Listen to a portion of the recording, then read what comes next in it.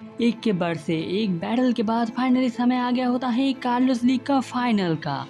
And चलो उन दोनों को वेलकम करते हैं जो सब लोग को हराते हुए यहाँ पर पहुंचे हैं। पहला है ऐश एंड दूसरा ट्रेनर है एलन। तुम्हें कर सकते हो एलन। फाइनली यही वो समय है। एलन स्ट्रांग है, हम लोगों का पूरा देना होगा। मैं इस बैटल के लिए बहुत समय से वेट कर रहा था, लेकिन मैं इसको जीतने ही दूंगा, जो भी हो जाए। एंड हम लोग देखते हैं फाइनल का फर्स्ट बैटल फील्ड होता है रॉक एंड वाटर।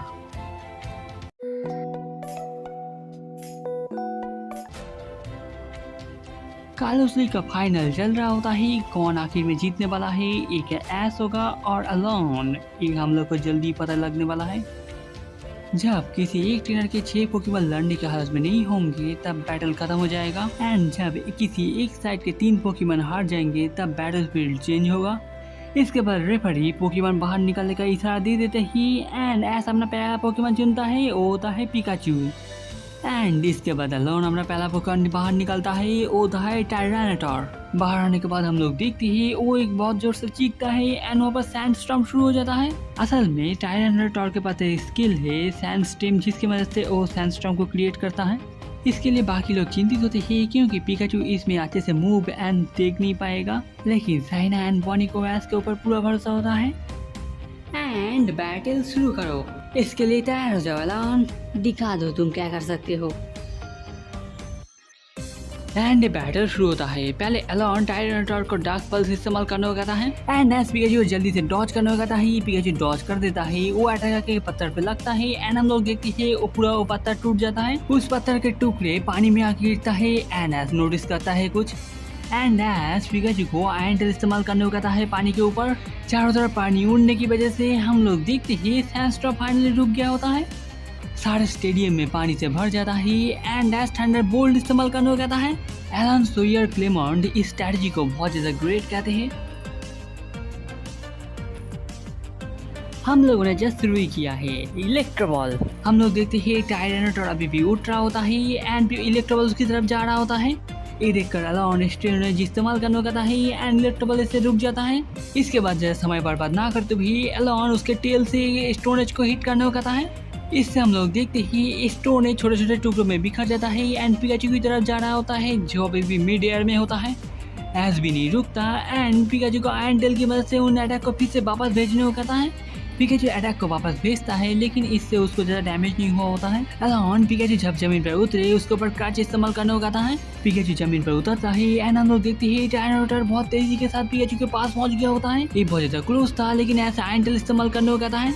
तब भी हम लोग देखते हैं टायरानोटॉर ने पिकाचू के टेल को पकड़ लेता है एंड ऊपर फेंक देता है, लेकिन ऐस रुकने वालों में से नहीं है एंड वो वहाँ से इलेक्ट्रोबॉल इस्तेमाल करने को कहता है।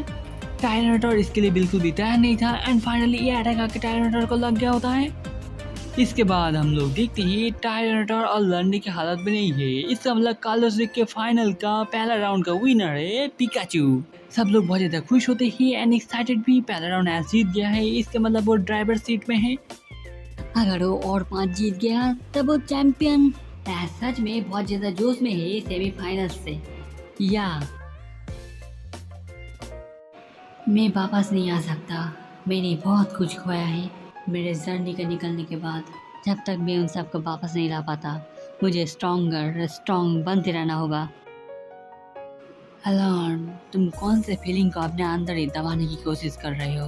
सारे ऑडियंस बहुत ज़्यादा एक्साइटेड होते हैं। मालबे टीम रॉकेट के साथ रिपोर्टिंग कर रहे हैं। इस लोकेशन होने के बाद दूसरे लोकेशन पे वो लोग जा रहे होते हैं एंड टीम रॉकेट बहुत ज़्यादा खुश होते हैं क्योंकि आज का बैटल एक बहुत बड़ा बैटल है, क्योंकि इस बैटल में बहुत सारे ताकतवर पोकेमॉन भी थक जाएंगे। एंड तब वो लोग उन सबको पकड़ने का प्लान बना रहे हैं। इसके बाद मालबे के बुलाने के बाद वो लोग अपने काम में चले जाते हैं।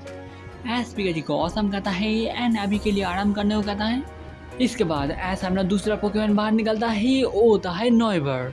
ए फीलिंग, इसके लिए मैं इंतजार कर रहा था। एंड एलन अपना दूसरा पोकेमॉन बाहर निकलता है, वो होता है वीवाल। इसके बाद ऐस शुरुआत करता है सुपरसोनिक से एंड इसके जवाब में एलन प्रोटेक्ट इस्तेमाल करने को कहता है। इसकी मदद से वीवाइल ने पूरे सुपरसोनिक को रोक लिया होता है एंड एलन जैसे समय बर्बाद करते हुए नाइट स्लैश इस्तेमाल करने को कहता है। वीवेल एक ऊंचा जंप लगाकर अटैक कर देता है। ये वजह जल्दी होने की वजह से नॉयबर इसको डॉज नहीं कर पाता, लेकिन नॉयबर को ज्यादा डैमेज नहीं होता है एंड सुपर सोनिक इस्तेमाल करने को कहता है। इस बार वीवेल मीडियर में होता है इसलिए वो कुछ नहीं कर पाता एंड जाके पीछे पत्थर में भी टकरा जाता है। इसके बाद एलन आइस बीम एंड एस बूम बस इस्तेमाल करने को कहता है। दोनों अटैक मिलते ही एंड वहाँ पर एक धमाका हो जाता है। इसके वजह से समय बर्बाद करते हुए एस ड्रैगन क्लॉ इस्तेमाल करने को कहता है। नॉयबर नीचे की तरफ से जाता है एंड वीवेल के पास से बाहर निकलता है। तभी एलन डबल टीम इस्तेमाल करने को कहता है, लेकिन इसका जवाब एस के पास ऑलरेडी होता है एंड सुपर सोनिक इस्तेमाल करने को कहता है। नॉयबर को जल्दी रियल वन मिल जाता है एंड अटैक करने के लिए जा रहा होता है, लेकिन एलन उसको डॉज करने को कहता है। ये बहुत ज्यादा क्लोज था लेकिन ऊपर जंप करके डॉज कर देता है। इसके बाद एलन आइस बीम इस्तेमाल करने को कहता है मीडियर से। ये बहुत ज्यादा क्लोज होता है लेकिन नॉयबर इसको डॉज कर रहा होता है। हम लोग देखते ही वीवेल लगातार आइस बीम इस्तेमाल करे जा रहा होता है, लेकिन आखिर में हम लोग देखते ही आइस बीम विंग में लगने की वजह से उसका विंग थोड़ा जम गया होता है एंड पानी में आके गिरता है। फाइनली एलन को एक ओपनिंग मिल जाता है एंड नाइट स्लैश इस्तेमाल करने को कहता है।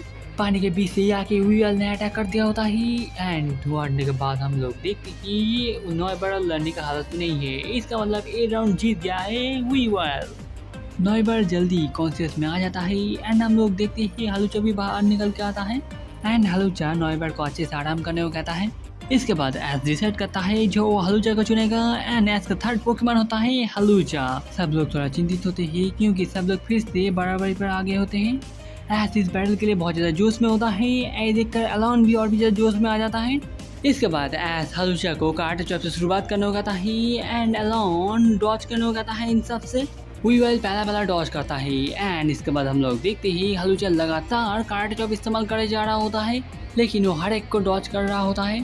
वीवेल के खिलाफ फाइटिंग टाइम मूव इफेक्टिव है, एस ने अच्छा किया, लेकिन ये जब हिट करे वीवेल को पता है यहाँ पर क्या चल रहा है।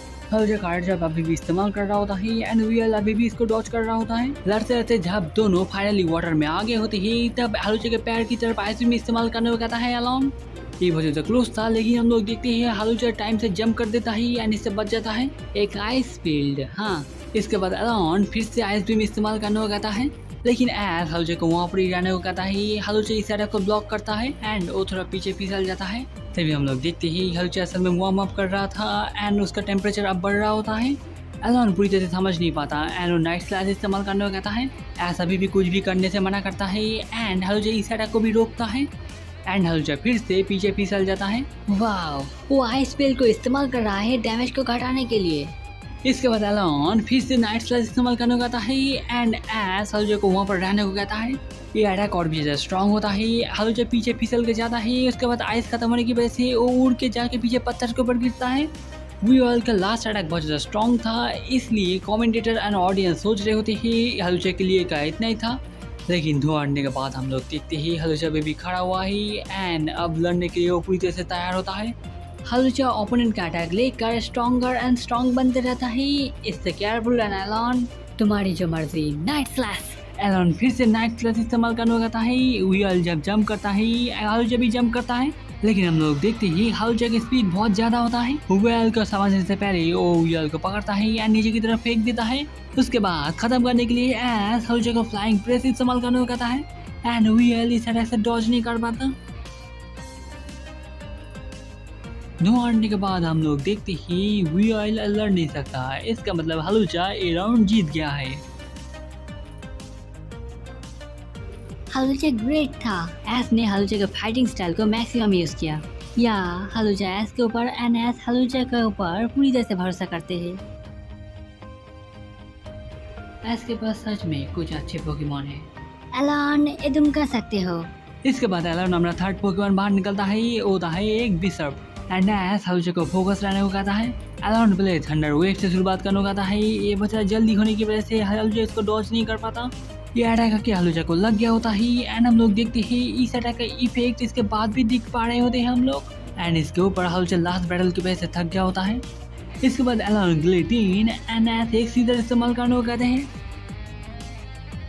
दोनों आके एक दूसरे से टकराते ही दोनों के थोड़ा डैमेज हुआ होता है एंड दोनों जमीन पर गिर गए होते हैं, लेकिन हालूचा जल्दी से बैलेंस में आ जाता है and S high jump kick इस्तेमाल करने को कहता है।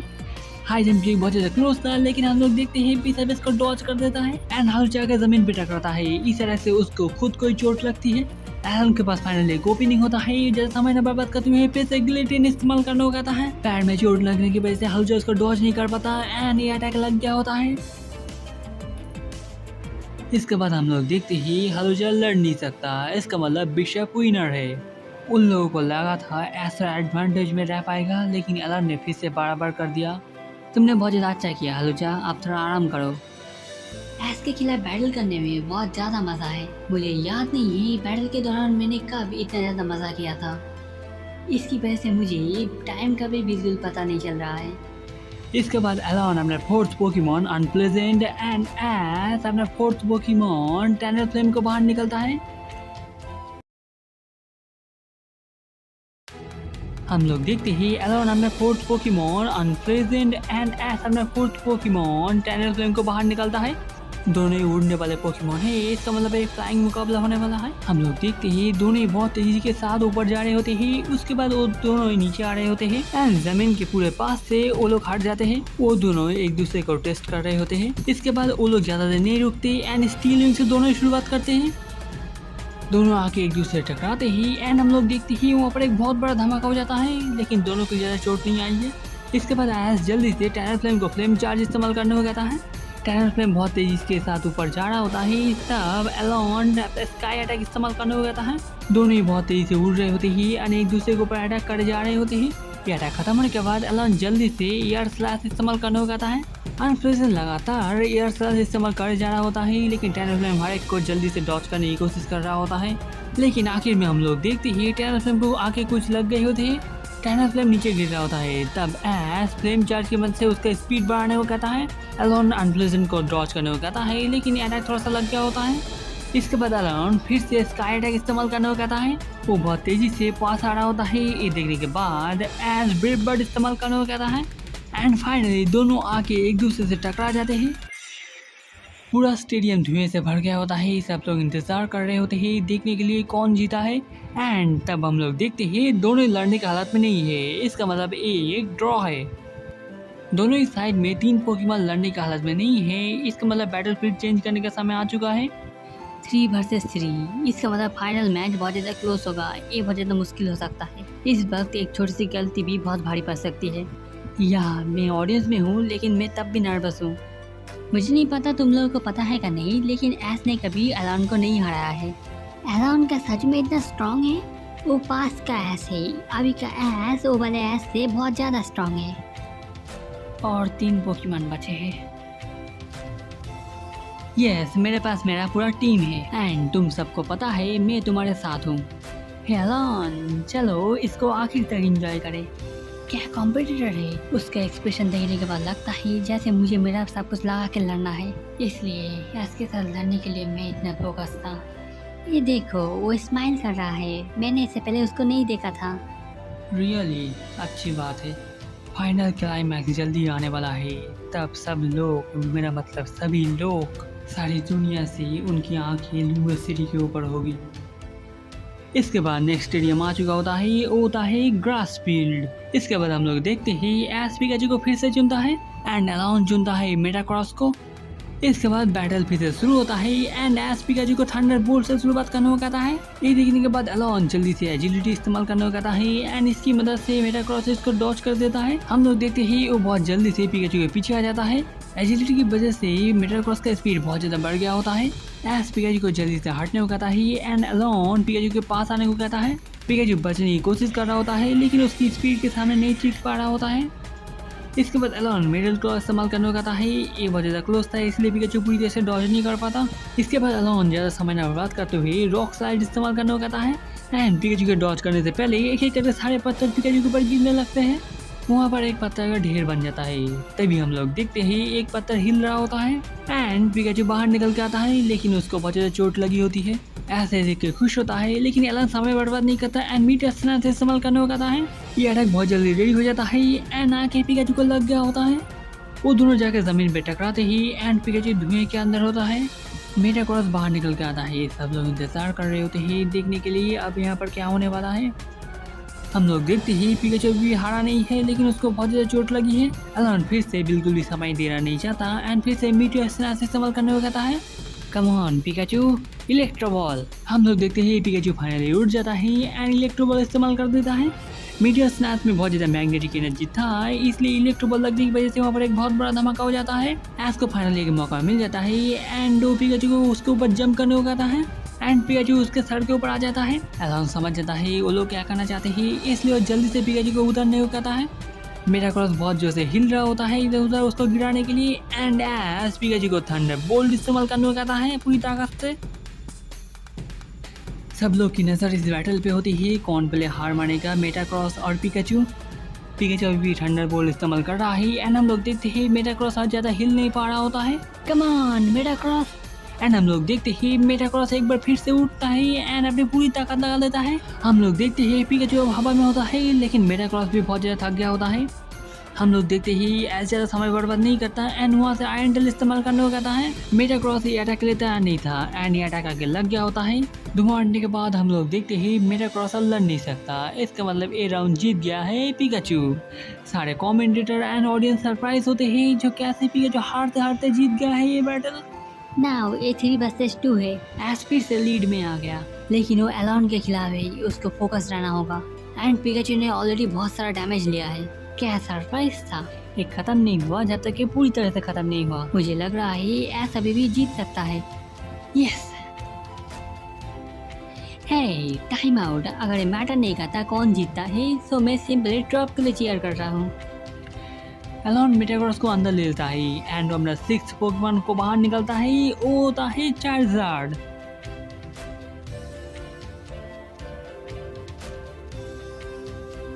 चार्जर्ड फाइनली मैदान में आ चुका होता है एंड पिकाचू भी जोश में होता है बैटल के लिए।